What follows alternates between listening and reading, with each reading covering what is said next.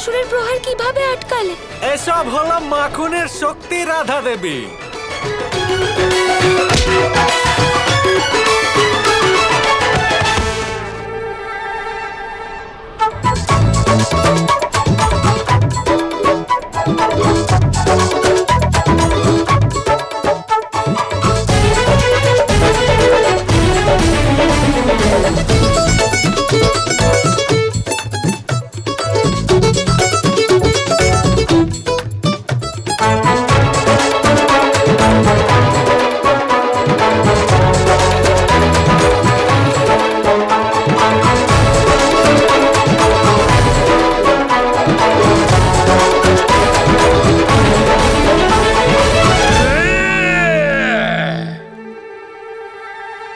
অনেক হয়েছে তোর খেলা, এবার তোর মৃত্যু আমার হাতে সুনিশ্চিত।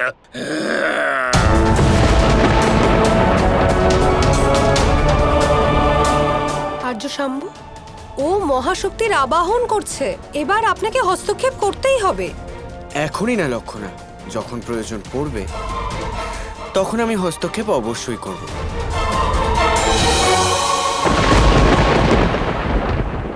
গোপাল, পিছনে সরো।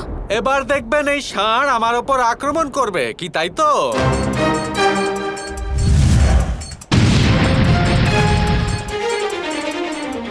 এবার দেখবেন রাধা দেবী, এই ষাঁড় আমার দিকে দৌড়ে আসবে আর আমি ওর শিং চেপে ধরবো এইভাবে।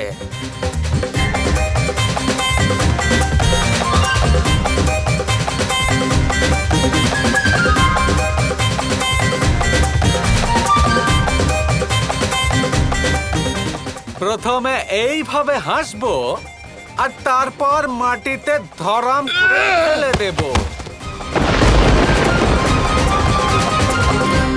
যাতে এই ব্যক্তিও বুঝতে পারে যে ষাঁড় কে আর গোয়ালা কে। হ্যাঁ,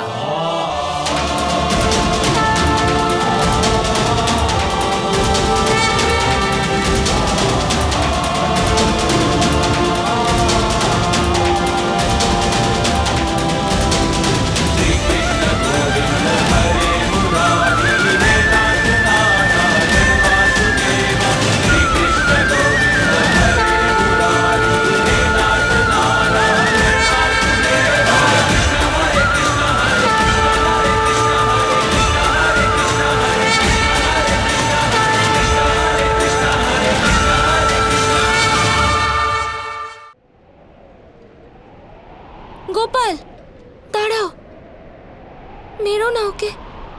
যদিও শান্তি আর প্রেমের কথা বলে, তাহলে অভয় দান দাও।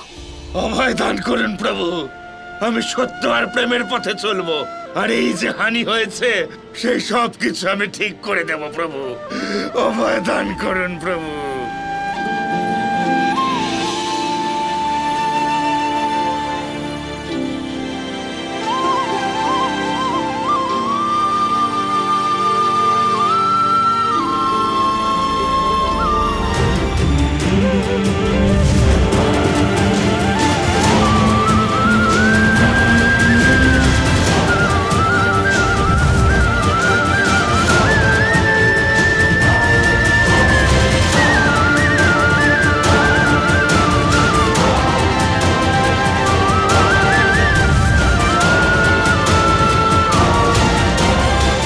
আজ কিন্তু আপনার কারণে ও শোধরাবার সুযোগ পেল রাধা দেবী।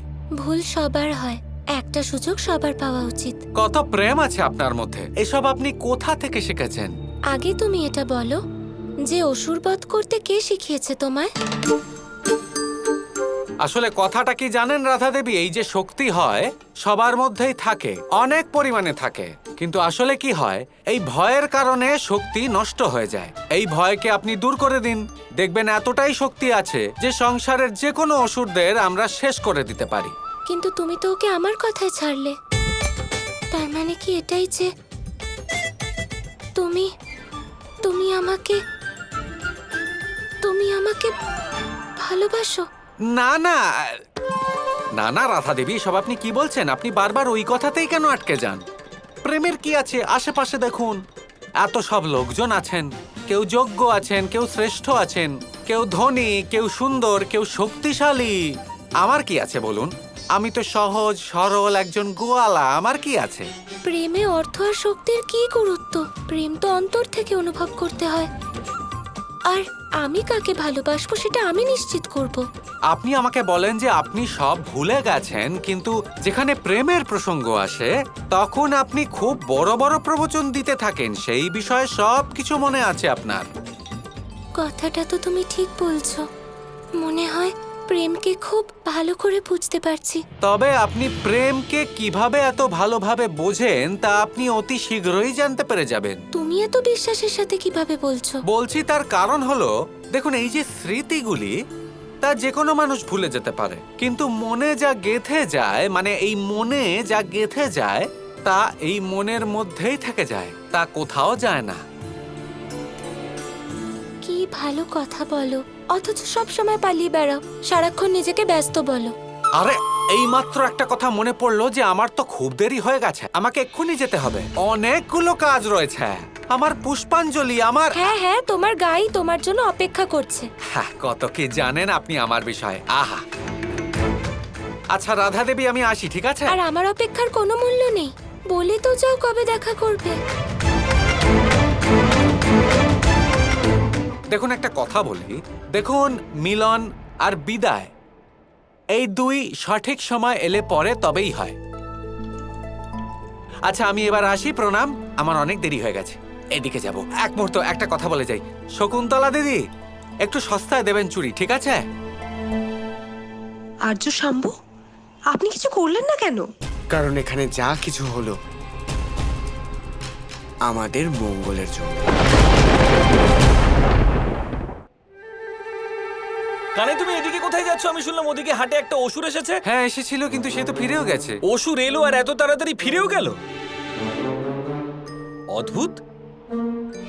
আজকালকার অসুরদের মধ্যে সে ব্যাপারটাই নেই। সেসব ঠিক আছে দাদা, কিন্তু আপনি যেভাবে দৌড়ে এলেন তা দেখে আমার মনে একটা চিন্তা এলো।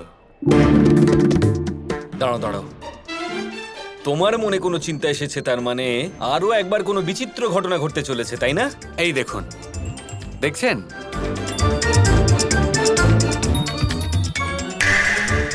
আহ! এবার ভালোবাসার এই খিচুড়িতে একটু আলাদা স্বাদ আনা যাক।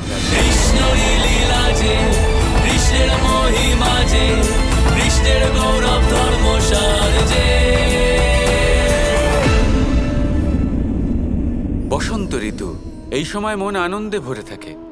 এমন মনে হয় যেন আমরা আকাশে বিচরণ করতে চলে যাই, কিন্তু সেটা তো সম্ভব নয়। সেই জন্য হয়তো আমরা ঘুড়ি ওড়াই, এই ঘুড়িকে নিজেদের প্রতিরূপ মনে করে।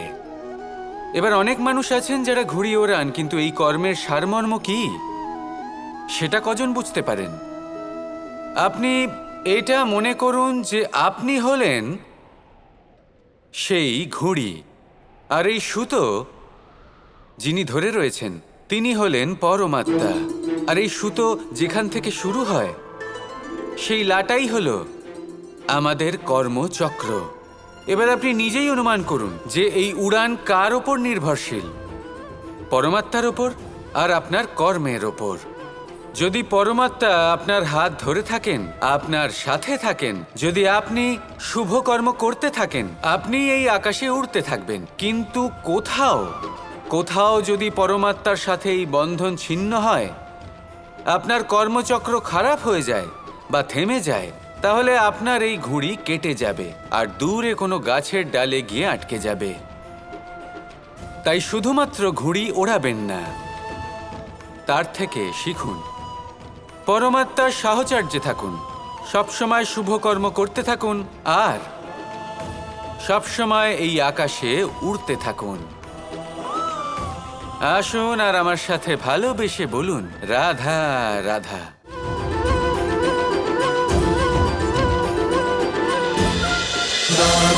Krishna Krishna Krishna Krishna